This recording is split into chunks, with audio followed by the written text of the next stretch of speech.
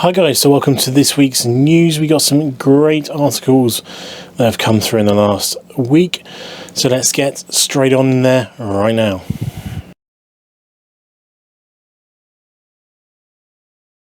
Okay, so the first one we're going to look at here is the EOS R50V, the RV and the PowerShot V1 coming out around the 26th of March, or say being announced around the 26th of March. We've got PowerShot V1, a reimagined entry into the PowerShot lineup with the first of two V-Series models to be released. We've got the V3 or something, I think, as well, potentially coming out this year. We've got the R50V. This is an entry-level aps-c mirrorless camera. It's going to use the same 24.2 megapixel sensor found in the R50 and the R10. It's meant to be compact, comparable in size to the EOS M6 Mark II, and coming around about $650. And you've got the Canon RV, which is positioned the most advanced of the three that are going to be coming out. It's likely to have an upgraded sensor. Active cooling is going to be about $1,000, and this will be a video sort of pushed at a video camera. But as with most video cameras, they're always going to have some form of ability to take photos too. Next one here is a bit of a sad one. So Canon have said there are no plans for a high resolution version of the R1. So basically they've kind of said that they won't do anything sort of bigger than 24 megapixels in the flagship. Unlike in the past where we had the 1DS and the 1D, we had a more sports orientated camera which was lower megapixels but incredibly fast. And then you had the 1DS, which was a higher megapixel, slower camera. So depending on which sort of part of you were more press or you more sports, you had a camera you can kind of look at. So they've said that it just wanted to be sort of the top of the range, and obviously it replaces the 1DX Mark III, which had 24 megapixels. So they didn't think they needed to go higher than that because people were getting imagery they needed from that high megapixels, which is a shame. I think they have definitely missed something there. Like the competitor cameras, the Z9 is definitely over 40 megapixels, and then you got the A1, which is 50.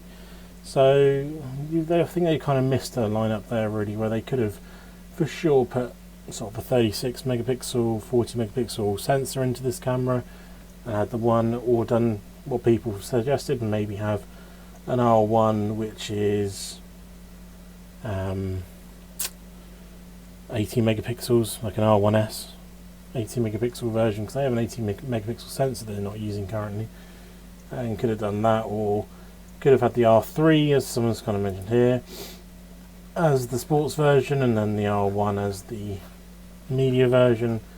But Canon said they've got no plans to do that, so that's that out of the question for now anyway. Now this next one here is just more of a little bit of a plug on Canon rumours. They've gone through the history of the EOS 1 series. Now obviously I've done this in video format and have been and will continue to for the next few years, but they've done a nice little sort of written down sort of contents thing here with all the 1 series, and then you click on them to sort of show you exactly what they were and when they came out, like what I've done say with the videos on my channel. Gives you all the pricing, everything's really cool. It's something that if you want to read it, it could be really useful. So they've said that the 1DX3 is the best DSLR ever made. Now I've not used one, but I definitely like my 1DX Mark II. But we'll see. We'll see if I think the same when I get my hands on a 1DX Mark III, hopefully fairly soon. For something, just say, more of a plug to pop on the site if you're interested in the 1D series. You want to sort of watch through my hundreds of hours of videos about the old 1 series. You can now go on to Canon Rumours and they've got a more written format of it. Now there's a list floating around here of what lenses people think Canon are going to release in 2025. It's incredible to think we're a third of the way through the year already, which is absolutely mind-blowing. But we've got a few here. So the RFS lenses that we're expecting to come through is some stuff on more the 2.8 range. So prime fixed 2.8s, but also some zoom ones.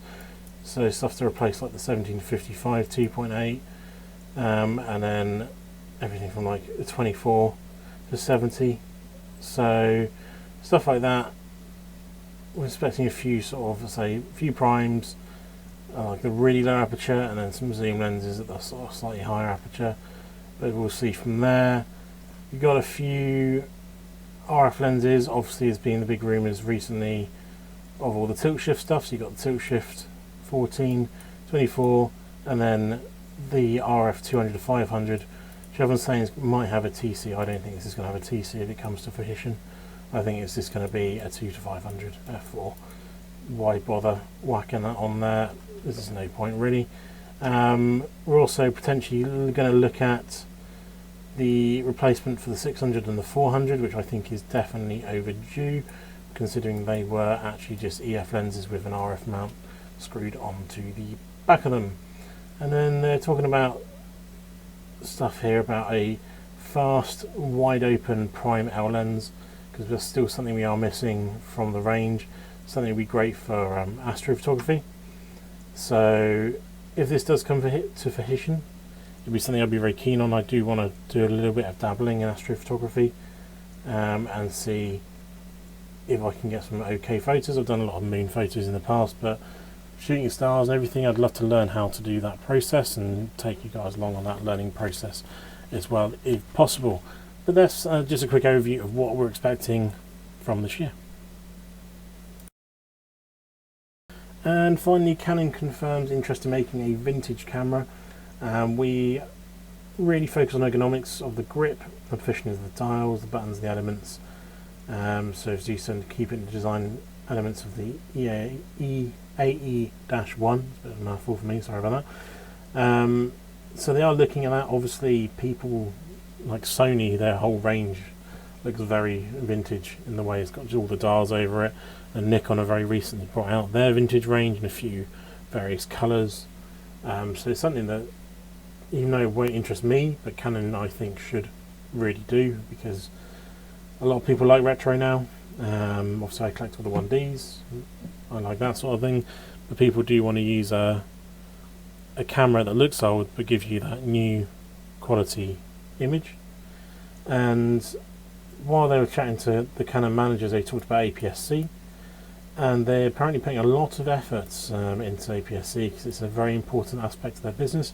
Obviously, because all the lower end cameras are aps-c, so they're the ones they're selling most of, so that's definitely worth the area to put more effort into. They can't close any new product plans, but we know we're going to get an R7 Mark II soon.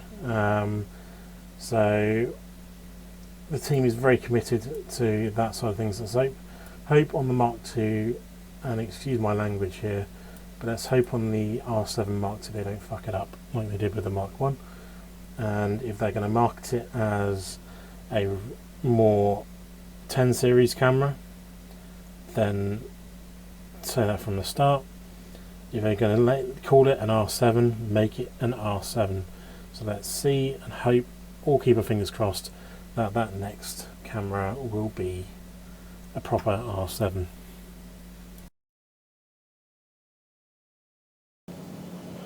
So this is this week's news, obviously, and a few stories there are quite interesting. Let me know your thoughts on the R1. Do you think Canon are making the correct choice in not following their historic roots and going with one high megapixel camera and one lower sports megapixel camera that traditionally had actually a crop sensor as well, which would have been amazing if they made a crop version of the R1 and had that little bit of extra reach in there, super fast, and yeah, a reasonable amount of megapixels. So let me know your thoughts on that. Let me know your thoughts as well on them making a retro camera, and what lenses you would like to see Canon launch this year.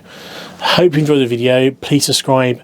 As always, comment down below if you've got an opinion on anything you've seen on today's video, and I will catch you in the next one. Thank you as always, and goodbye.